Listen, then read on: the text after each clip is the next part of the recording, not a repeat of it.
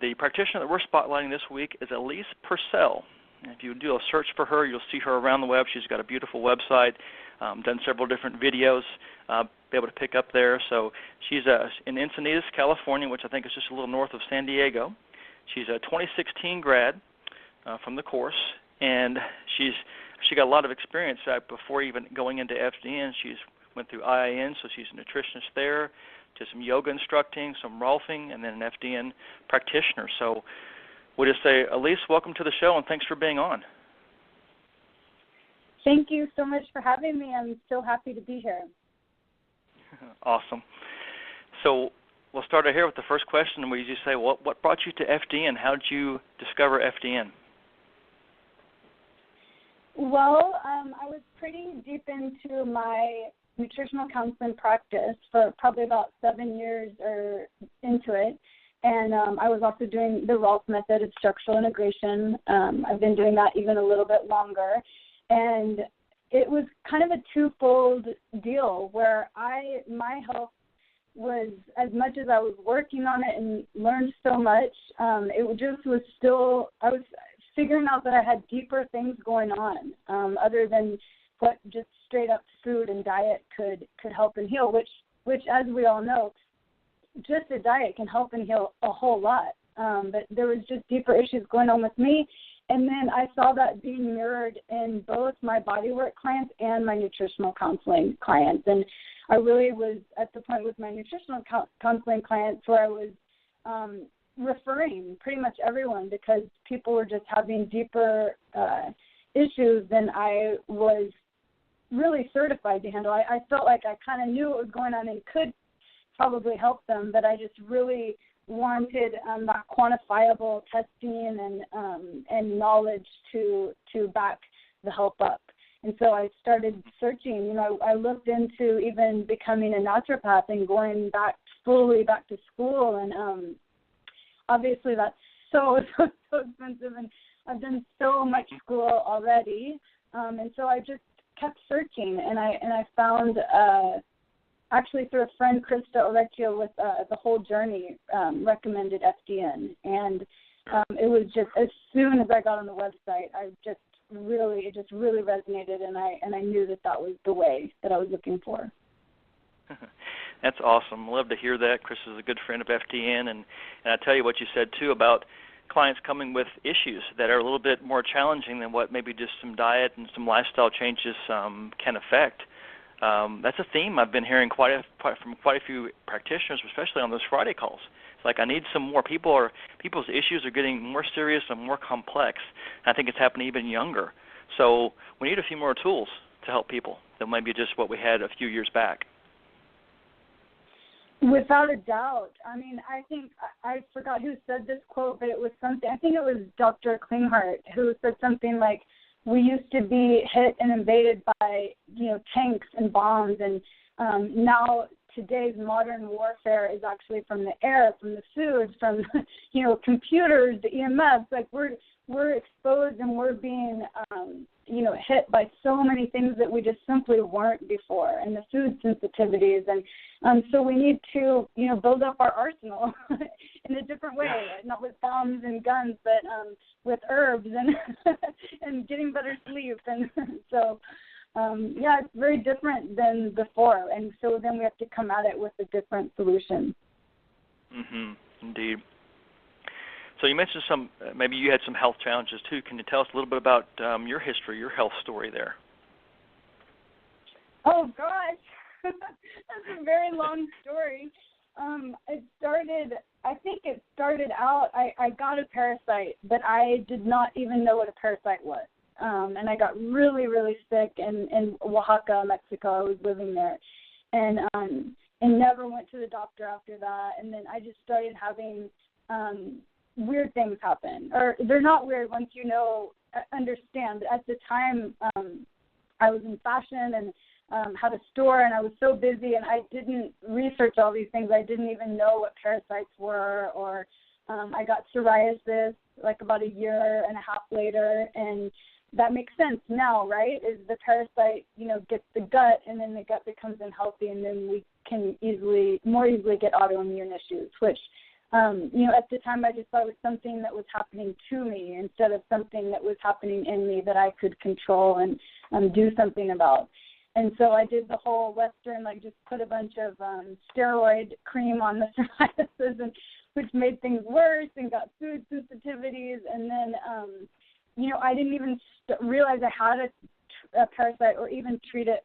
For 5 years I had that parasite. And so, I've had a lot of other issues because of that. I think when your gut compromised like that, it's just an opening up to other pathogens, to heavy metals, to all kinds of different toxicity, obviously leaky gut. And so, my story goes on and on. And that's where it really turns around is I love helping everyone, obviously, but my favorite is the people that don't think anything's wrong with them. It's because we all have something that we could do and catch. And a lot of my clients are feeling actually pretty good, and we'll find out they have like leaky gut or a parasite or something like that. And we finish it and heal it in like 3 months, maybe 5 months.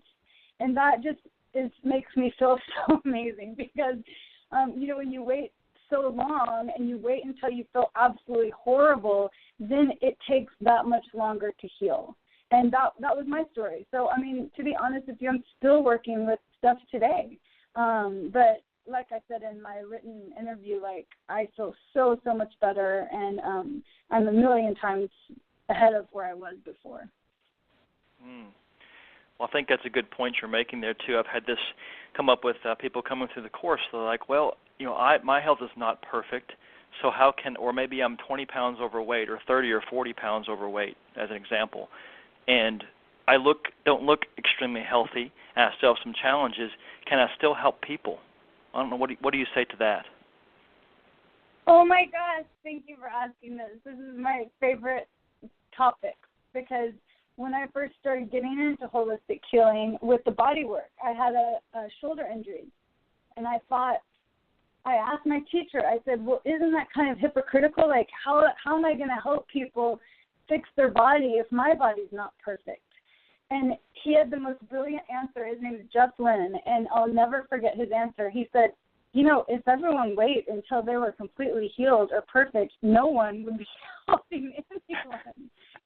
And it's really true. Like, we all are human and we all have something going on. Sure, some of us suffer a lot more. It's all relative. But I have found in my own journey that helping others has been almost like the thing that keeps me going because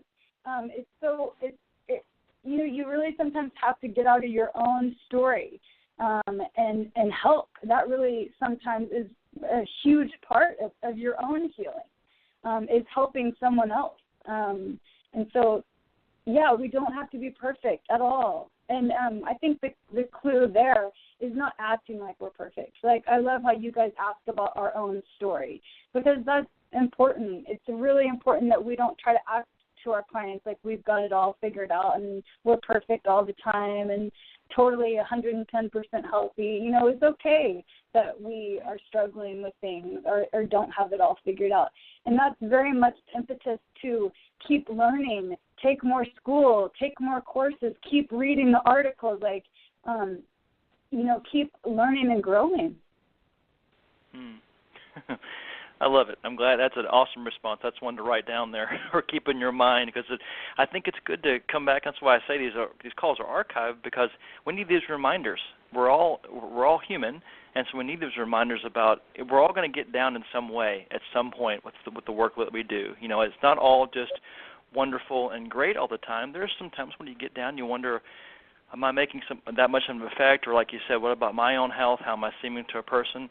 Guys, just go back and listen to some of these practitioners we've had on here. They just really encourage me. I always end these practitioner spotlights a much higher level, feeling so much better talking with all our graduates. So very good stuff. I'm glad you're going through this and talking about this. Very wonderful. So Elise, as far as the course went, when you went through the course, now you maybe want to share a little bit about maybe what the tests were showing up, some things that you started to feel as you were going through the course, improvement there? Sure, absolutely. I think what I was doing before was going, I have a parasite, and just taking the herbs for the parasite and just going for the parasite, right? Or, I have this, and just going straight for that one thing. And what FDN helped me with so much, and then, what I definitely do with my clients is the dress model. And so it's complete.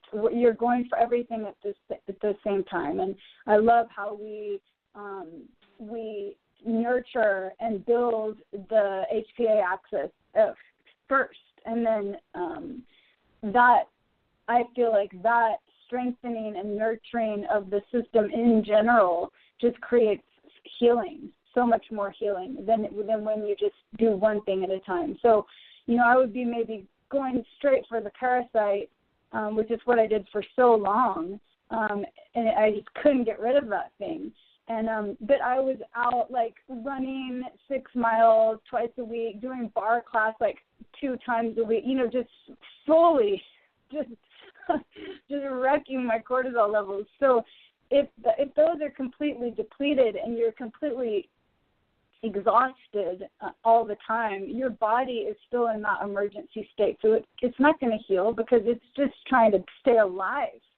And so that was, I think, the biggest thing for me is opening up my mind to what is healthy and realizing that, yes, of course, exercising and really challenging yourself in that way is totally healthy if you're in the right state. And it's the same thing with certain foods are great for you, but if your digestive system isn't fully at full capacity, then those foods like a bunch of raw vegetables, yes, those are so great to eat, but not if you're having, a lot of trouble digesting and assimilating your nutrients. So just really opening up my view on health and what is healthy and how to heal, that it's total and complete, and you have to be thinking about all of it. That was huge for me. Very important point there. Exactly. And that non-specific approach, it does work better than a specific approach most of the time. For most of the people that we talk to, you've got to address everything. And really that's what kind of holistic means. It's everything all is interconnected. So it seems almost kind of silly once you understand it. It's like, why would I just address one area when it could be multiple ones, and there's interconnection amongst all these areas too. So, yeah, total paradigm shift for a lot of people coming into the course, and our clients as well. Teaching them this. That's one of our goals is to educate. That's a primary mission of ours, is to educate. So getting that understanding, that paradigm shift over to our clients is hugely important. I totally agree. I think I kind of was freaked out a little bit when I first started going through FDN because I was like being really honest that it was like going slow, and I was like, I want to get this thing, or it's funny because I attract those clients sometimes because obviously that's what I can learn the most from, or what I can share the most from is healing is so interesting, and it is sometimes stepping back instead of going aggressively for it. And it's like looking at all the aspects, and, rest and stress reduction is absolutely critical. Whereas, in the Western world, we just think, I have XYZ, I need to get it and attack it. And that's not always the answer. A lot of times it has to do with, are you giving yourself the opportunity to heal? Are you getting enough sleep? It's all the stuff that we learn. Are you turning your computer off 2 hours before you go to sleep? Are you preparing yourself for sleep? Are you creating those changes in your nervous system where you're going to allow your body to heal? Very good. Good point. When it came to your dress protocol, like individually, I think you mentioned exercise. Were there some areas that were kind of challenging to make shifts in for you? Definitely. I think I've gone for so long with my health. I like to call it my health adventure. That sticking, the supplements are a lot. Like, even if you don't even have to take that many, it's still a lot with the protocols, and especially if you have something like a parasite or anything like that, is there's going to be a lot of supplements that you have to take every day. And, for me, that's still sometimes hard. It's taking supplements, just looking at them all lined up there. And so, how I turn that around is what I do and what I do with my clients is I go through every single supplement, and I'll sometimes even write it on the supplement or make a little list. And so when you're taking each thing, imagining, saying, this is helping me heal from leaky gut. That this is patching up the holes in my mucosal barrier, or something like that, where this is helping my cortisol, which is going to strengthen my overall system and even make my sex hormones better. And so it might sound cheesy, but that really helped me, is instead of like, I have to take these pills again today. Oh my gosh, I've been taking these for so long, or this is so annoying, or how am I going to fit this into my schedule? I try to turn around and make it positive and be thinking more like affirmations, like, I'm healing my stomach with this. I am, and then you get little pill bags, and you can label them and take them with you. And I try to think of things that are more positive and try to make it as fun as possible. Mm-hmm. Mm-hmm. Well, attitude makes a big difference, not only in life, but I think it affects the outcome of protocols. Without a doubt, in all types of healing. Yes, indeed. So when it comes to the course, I guess I kind of want to switch gears here in a second and kind of go on to your practice and kind of learn about how you're doing things right now. But anything else you might want to add to as far as things you took away from the course, some principles or some concepts?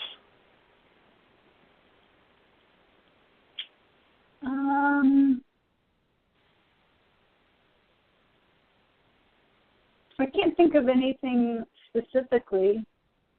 Just that, it's really important how we treat our clients. And I don't know if anyone else on the call, how long their little health adventure has been going, or if you or your clients, but I think the biggest thing for me is really having time and space for the client, and really being able to hold space and have compassion for the client.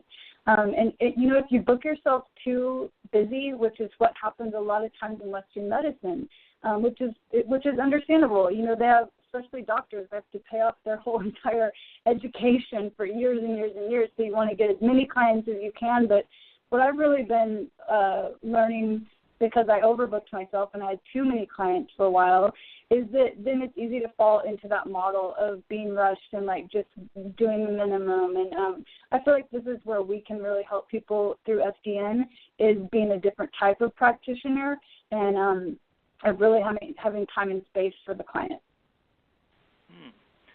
Very good point. I think that's something subtle that can happen too, if we're not aware of that and thinking about it.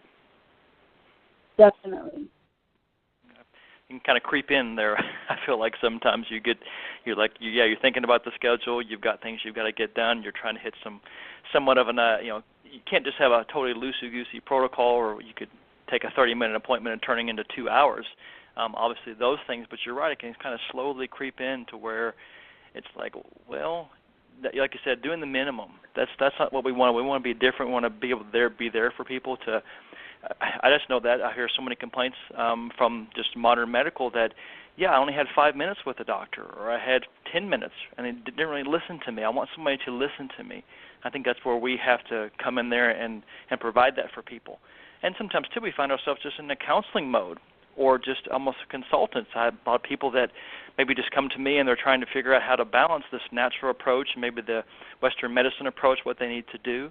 So you find yourself kind of in an advisory role a little bit too, and we have to take time to listen to that person, what their needs are, and help address those. I don't know if you have that experience too, but I see a lot of people kind of trying to figure out which world to be in and what they should do and how to navigate that. Absolutely. These are great points. I think in the holistic field, sometimes people assume that, what you're saying, like they have a 30-minute appointment and we'll talk to them for 2 hours, and that we should, and they'll call us on the weekend, and, and ask questions and whatever, just because we're not like an MD. And so my intention with those words is not to have boundaries, but what we're doing within that time frame. Like, say we have an hour appointment, not necessarily, going over 3 hours, but are we really there with them? Like, are you on your computer, or are you really there with them fully? And then are you willing to, if you don't know something, like spend that time when you're not on the phone researching it, calling another practitioner, calling maybe your mentor, or those things. Like, are you not, we still need to have boundaries, which I'm still learning about those. I've been in holistic health for 10 years, so, we all have things we need to work on, and but I think boundaries are absolutely important, but I realized that I can work more on, and this is what I wanted more from my practitioners too, is just someone that's really there with you 100%. And that's where healing can happen, because we're all so different. The real healing doesn't happen from like the exact protocol. It happens from listening and going, oh, this isn't working for you, or how have you tried this? Like, I know we've tried this for 2 months, and it's not quite doing exactly what we want. Like, have you tried this? And just having a space and being willing to go a little bit of the extra mile. Good point. Very good. So, talking about your own practice now a little bit, so what particular segment of the population or certain conditions, what do you kind of focus on, or who kind of comes to you? I get most of my clients from existing clients. Now, that's not all of them. I would say I get like 60% of my clients from existing clients, from my body work or yoga clients. But the others come from literally me walking around, and just when someone's talking, me just sharing my experience, and what FDN is. Most of my clients, for whatever reason, are, I would say, age 30 to 50, pretty young and pretty healthy in general. And a lot of them are entrepreneurs, people like real go-getters. So that's most of my clientele, but I have a little bit of everything. Okay. Any certain conditions or symptoms or things like that you tend to see the most often? Without a doubt. I mean, every single person has HPA dysfunction. I haven't had a single client that doesn't, and then that leads into most of them have leaky gut, pathogens, yeast, fungus. I think the digestive is that seems to be the most common theme I see with most people. It seems to be some kind of digestive related things, and there's just not always a lot of help out there. And I think we've really I think with FDN we kind of think about the hormone side of things, the HPA axis side of things, but a whole lot of what we do, like you said, it's all these different areas. You've got a lot of gut stuff that we work on, the liver, so kind of how it's all connected. I think once I got to that last half of the course, or the second half of the course there, and found the gut side of things, it was just like my eyes were totally open to understanding. It was like you have to get through those first 5 lessons and get that under your belt and understand it real well, and then you get to have the gut side of things, and your mind is just like, wow, this is bigger than I thought it was, and absolutely amazing. So yeah, digestive for sure. So what are you seeing as far as I think you said maybe 3 to 5 months people are getting where they want to be, or seeing some shifts there? How are you kind of integrating FDN into your practice at this point? Is everybody doing testing, I'm pretty much only doing FDN for nutritional counseling, and that is just because of that's the need. If someone came to me that just wanted nutritional counseling, I would absolutely still be doing that, but every single person that contacts me wants, deeper healing. The testing wants to know what's going on with their deeper functioning of their systems. So it's 100% FDN at this point. Excellent. as far as your clients go, I asked you kind of maybe what was the most challenging part of the DRESS protocol. What are you seeing with your clients? What do they maybe have the most challenge with, or what do you have to help them the most through? Is it the dietary things? Is it the supplementation? Is it slowing down, relaxing, recovering? That's a great question. Absolutely slowing down and recovering. I don't know if it's me or if it's just everyone at this stage in our life, maybe it's just who I'm attracting. I really don't know. I kind of have a feeling it's most of us at this point, but it's slowing down, taking things off the schedule, giving yourself permission to relax. It's almost an epidemic of just go, go, go, do, do, do. People will take the supplements. I mean, for some it's harder than others, right? People are not super excited about restricting the diet, but they can do that. But I have the most difficulty with my clients is getting them to take things off their to-do list, or slowing down, getting to sleep earlier, taking a bath, like all these self-care things. Mm-hmm. Can you share some ways you kind of help them understand how important that is? Well, my personal experience was normally what I share, which is pretty impactful when you say this was what happened to me, and I've had such a hard time healing. I am huge. I mean, just probably in the last month or two, I truly think that the nervous system is absolutely number one thing in healing, that we can be doing all the right things, even the whole protocol. But if we're stressed out and we're in a constant state of fight or flight, we're not going to fully heal.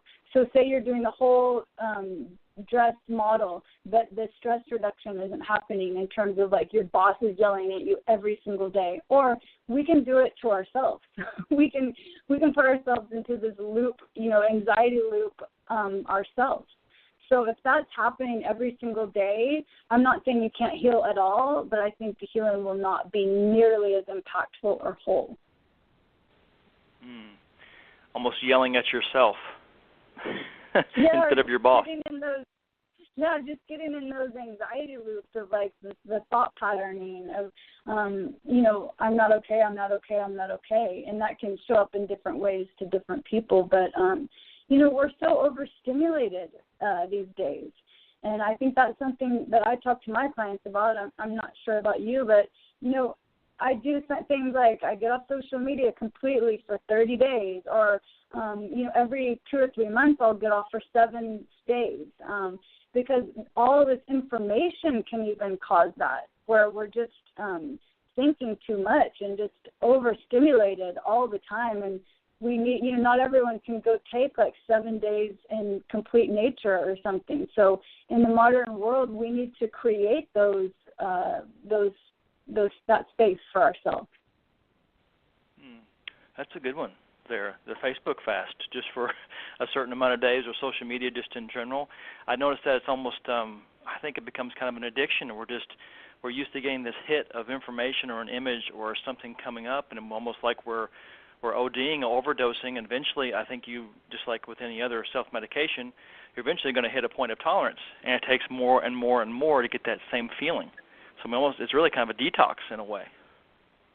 Wow, yeah, that's well put for sure. We're almost numb.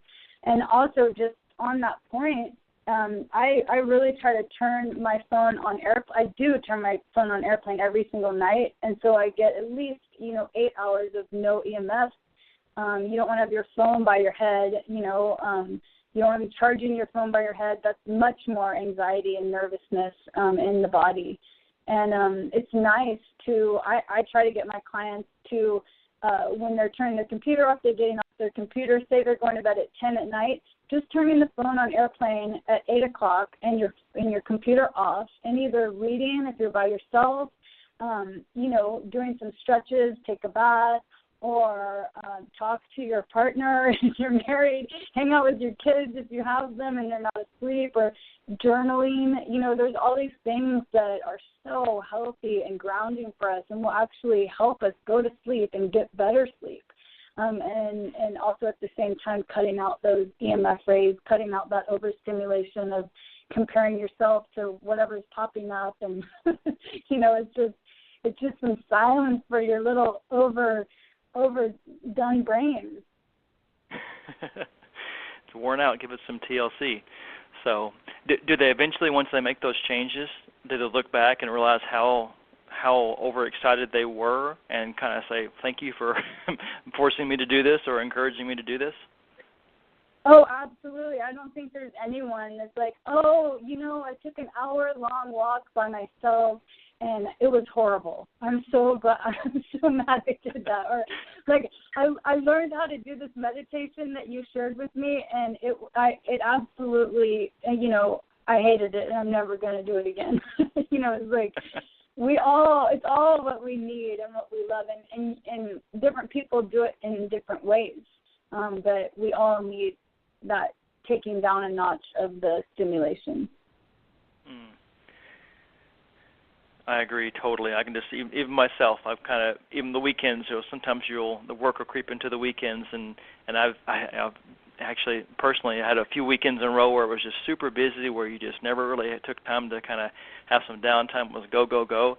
And I could tell, even going into like the Monday in the work week, it's like, boy, I'm already exhausted going into the beginning of the work week. I don't feel refreshed, like I'm ready to tackle this. So oscillating back and forth between your periods of high energy and high output down to where you're throttling very low and recharging is so key. I think it just ultimately increases productivity. It doesn't seem that way. It seems counterintuitive, but ultimately you are increasing productivity by resting appropriately.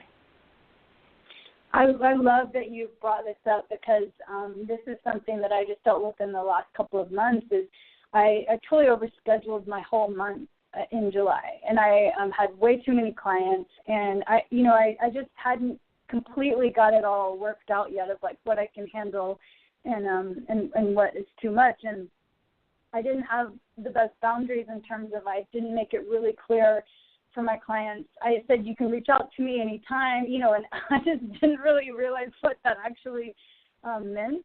And so I was having clients texting me on my personal phone and like sending me voicemails on the weekends and after hours. And, an issue that I need to work on this is having more clear, better boundaries and sticking to them. But when I hear something or when I get a message that someone's not doing well, I almost can't help but respond. So my nervous system was just being worked all day up until the night and then on the weekends.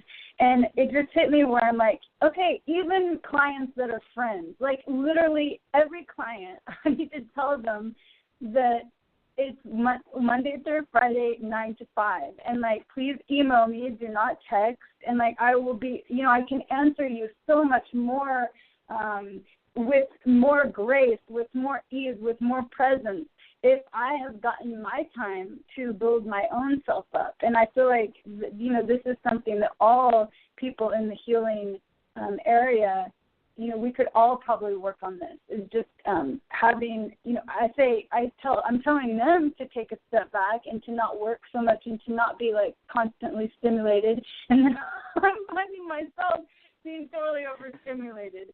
And so it was a blessing, of course, all of our learning experiences are, where I'm like, okay, this is up to me. I have to create these guidelines of, please, if an emergency, that's one thing. But if it's not an emergency, please email me, and I will return the email during working hours. And that has created so much more peace in my practice. And then it makes me love what I do instead of being overwhelmed with what I do. Yes. You get what you tolerate. And so setting those boundaries are super important. That's a very good point there. So one thing I'd mentioned at the beginning, that you do some yoga instructing and some Rolfing. So I hope I'm pronouncing this correct, but the Kundalini yoga instructor, and then the Rolfing. If maybe somebody doesn't know about those things, which I don't know about the Kundalini yoga and then the Rolfing, I'm not super knowledgeable about it either. Maybe just take a second and just say a little bit about each of those things, maybe how you work with those, how it kind of integrates with FDN. Sure. So basically, anything that I provide, any service that I provide is something that I've used in my own healing. And I was in fashion for a lot of my life, and I owned a boutique in La Jolla, California. And that's when all these things kind of started happening, and I got really into yoga and, holistic healing. And then I decided to sell the store and move to Boulder, Colorado, and do the Rolf method of structural integration. So I had a really injured shoulder that was taking a long time to heal, a lot longer than it should have, really. And so I received the body work, and it totally changed my life in way more ways than the physical. And it was just did so much for me, and I thought, I want to do this. And so I want to help people feel like this. And so I went back to school, and so I provide that service. That's what I've done the longest, and it is a treat for me to take people through. It's a 10-series process, generally speaking, and we work with every muscle and bone in the body. We work mostly on alignment of the physical structure, and it's a little bit like massage. We're definitely looking at the bone structure and the spine, and also it's a little bit like physical therapy even, because we'll often ask for movement during the process because we're working with muscle memory. But the main thing is basically stacking the bones so that the muscles and the fascia and all the soft tissue can relax and release. And then Kundalini is, I took that training a couple of years ago, and again, it was just something that at the time was really important to me. I stopped doing Ashtanga yoga, and slowly and surely it is a lot more challenging on the physical body, and it served a beautiful purpose in my life that I did it for, I think, 10, 11 years, and I just slowly and easily found that Kundalini works better for who I am now. And the Kundalini energy, runs from the base of your spine to the top of your head, the crown chakra. And so all the different, there's movement and mudra and mantra and breathing, and everything is really scientifically structured to help you feel better, clear out, to detoxify, to open up, there's different kriyas or exercises for pretty much anything that you need. And so that's one thing I loved about Kundalini is you can say, like, oh, I'm tired today. So you can look up a kriya for how to increase energy. And there's, I just love the community of the Kundalini yogis. It's just very inclusive. There's lots of dancing, really encouraging just to let you be yourself. Just, everyone just totally accepts you for who you are, and it's a great community gathering, which is really important for people to find community and to feel included. Mm-hmm. Indeed. So a fair amount of your, I think you said a good percentage of your FDN clients that you do testing on come through some of the yoga or the Rolf work that you're doing? Yes, they do feed into each other. At one time I was teaching Kundalini twice a week. I'm really kind of only teaching workshops, and I just taught like a 6-week series of Kundalini. But I'm doing less of that so I can do more of the Rolf method and I also do craniosacral, up-ledger craniosacral a lot. I've been recently really adding that into the body work, and it's basically just comes from what we were just talking about, that in the last year or so, that's been my biggest aha, is just the need for balancing the nervous system while healing. And so the up-ledger craniosacral, that's been one of the most healing things for me. I've gotten a lot of work from a woman named Kristen Butterfield, or Jaya, and it helped me so much. And so I'd always been interested in that method, and I went and got the first level of training, and I'll keep taking that training because it really assists in the balancing of your nervous system and the calming of your mind. So more of that, please. Like, I think we all could use a little bit of more of that. Indeed. So as far as how you structure your services, do you offer some kind of intro consultations, or could you have programs you've set up? How do you have the business side of that structured?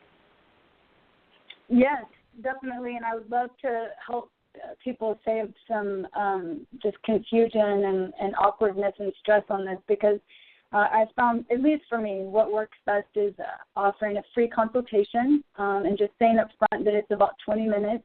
If you go longer, great, but it's just nice to kind of set up from the beginning that it's not going to be like an hour-long talk. And then during that talk, if the person wants to go forward, I make sure they're a 10 out of 10 motivation. Just from school, we learned that, and I totally stick with that, because it's not for the weak. Like healing something from the root cause is not an easy thing. So you want to make sure they're absolutely 100% there and ready to do the work. And then I do, before I order any of the testing or anything, I do ask for a deposit. And the reason for that is, I think in my personality, like with a friend, would I ever do something like that? No, but in this process, I have found that in the beginning, so for the probably first half a year, maybe even longer, I was trying to keep it more open and not put pressure on people. And it just caused confusion, not just for me, and I'd have to do so much of following up with people, and then a lot of people would flake out. But it makes things also just a little bit confusing for them too, whereas they're like, do I have time to do this? Like, I know when I was talking to her, I really wanted to do it, but I had this, and I could buy this, outfit, or, people get, what we're talking about is overstimulated. And so I think people have great intentions, and then they get sidetracked really easily. So if they have paid for the first session, I have not had a single person not do the tests that were ordered for them, send them in, and get going. Like, it really makes the whole process go a lot smoother and faster, and it's just more expedient in general. I think it's super important. I do the same thing. People have to make that investment in the beginning and know that, okay, there's no turning back here. We're going to do this. I'm committed. You're committed. Let's go get some results here. How often do you meet with your folks, with your clients, once they've signed up? I meet every 2 weeks, and they sign up for a 3-month minimum. That's the absolute minimum it's going to take for anyone to do any healing from the root up. And so most people, but that's just what my contract is. I found that length of time is palpable for people. I experimented with 6 months, and that really turned a lot of people off. They felt trapped, and they weren't ready to commit to that. But the 3-month commitment works really well. And then so it's every 2 weeks during that 3 months. And then, at that 3-month level, then I just renegotiate with people. And that's when the being more open and each client is different. For me, that's when that comes into play. It's like once I know the client and how responsible they are, and what their health is doing at that time, and so we just kind of renegotiate from there. Very good. Well, we have a hand raised if you want to be brave and see who's on the line here, if you don't mind. Sure. Let's see who it is here. So 703 area code. Are you there? And it's right across the street from you, so it's Wisconsin. It's still 7501 Wisconsin Avenue, right? I don't think so. All right. That's an accident there. All right. But we do accept callers, so if you have a question, you can dial one. We have about a little less than 10 minutes left, so if you have a question for Elise, please let us know. We'll be happy to to bring you on here. As far as marketing goes, I think you kind of alluded to this already some, but it doesn't sound like you have necessarily a big formal marketing plan. It sounds like you're just kind of out there talking and telling people and just kind of doing the typical kind of boots on the ground, just knocking on doors and getting out there and exposing yourself. Yes, I really haven't done any marketing. So, I mean, if you talk about it in that way of, doing advertising or something like that, but I do talk about it a lot, and I think I make myself pretty available, and just sharing my story. I try to, it's embarrassing. You make yourself really vulnerable, but I try to share my story as much as possible and put it out there on social media, and that's the positive attribute of all this overstimulation is Facebook and Instagram and all these LinkedIn and all these avenues of free marketing, really. I mean, if you look at it like that. So that's how I try to use that the social media and the overstimulation is I try to make it useful, and I try to provide authentic and important content where people, understand what I'm doing and why, and I've gotten a lot of clients through that. Mm-hmm. I've had people say that before. It's like, wow, this is so amazing what you do. Why don't people know about you more? So it kind of says to me, like, wow, I've just got to let people know that I'm out there because the need is there. People just don't know there's an answer out there. That's kind of a sad thing. Totally, and the more you talk about it with your friends, and the more you share, how it's helped you, and then even with your clients, like the more you have your clients like, oh, you had a good experience, would you be willing to share that? Or, really, that's the best form, I feel, as marketing is a referral from someone that's worked with you. Mm-hmm. Oh, yeah. It kind of pre-qualifies people, really. I think your client has already gone through some of that legwork and kind of gave them a little bit of forewarning of what they might be getting into. Yeah, and if someone is doing just the FDN as their service, that's amazing. And I would just say get out there as much as you can. Make videos, write, just get out there as much as you can. Provide some maybe free talks or free services to get people interested. I think it's nice, just the free consultation that I do is nice, just to letting people know that, it is expensive actually to work with someone, but it's a lot of time and effort and a lot of things that that you get from it. So it's nice if you are offering something free first, your time or, for a talk or for some information, people always really appreciate that. Mm-hmm. Indeed. If you can't help them necessarily, at least you can leave them, they can leave with something or maybe refer to somebody else. I've tried to do that too. It's like I don't want you to just say, well, I can't help you.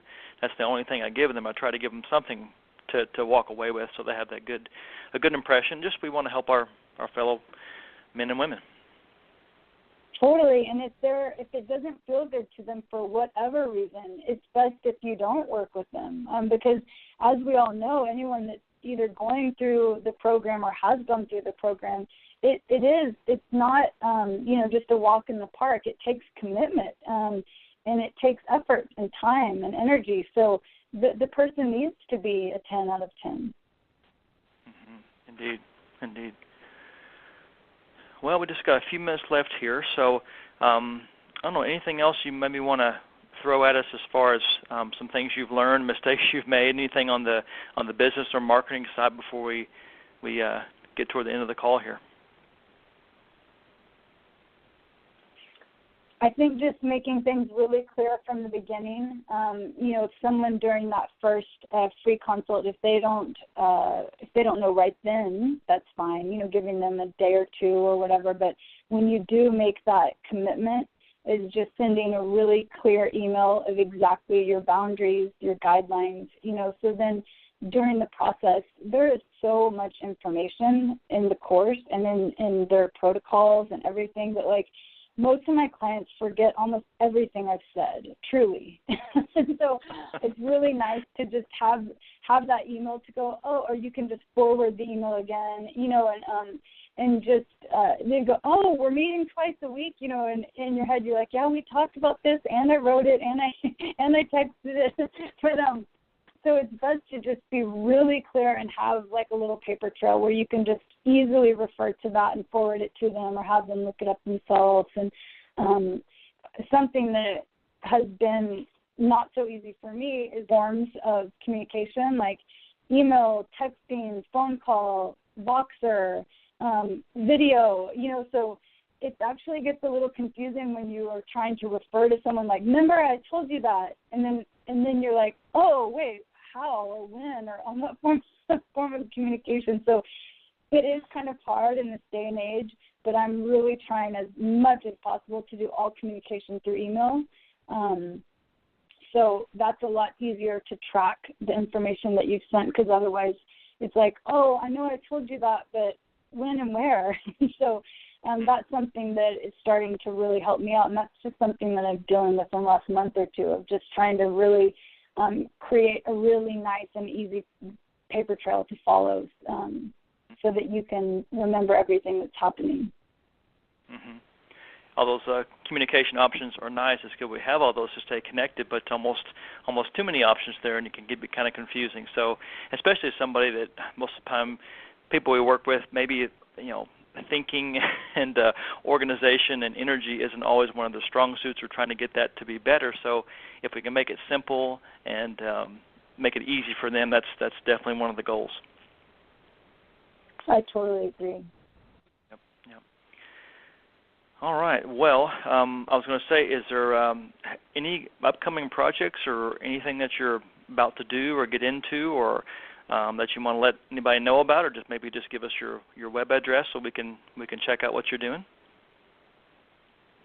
Well, I'm trying to think. What's exciting me most at this moment actually is just I saw something about on the website is does adrenal fatigue exist? And this is something that just wowed my mind, like that I was listening to a podcast before. So to be really honest with you, not anything about this is about my practices. I'm researching this topic, so I can't wait to read this article that's posted on the FDN site. Like literally right when we hang up, I'm going to dig into that. So I'm interested in learning more FDN. I want to take further schooling, and I consider myself just beginning in this field. So I'm just still absolutely so excited about learning more, and for myself and for my clients.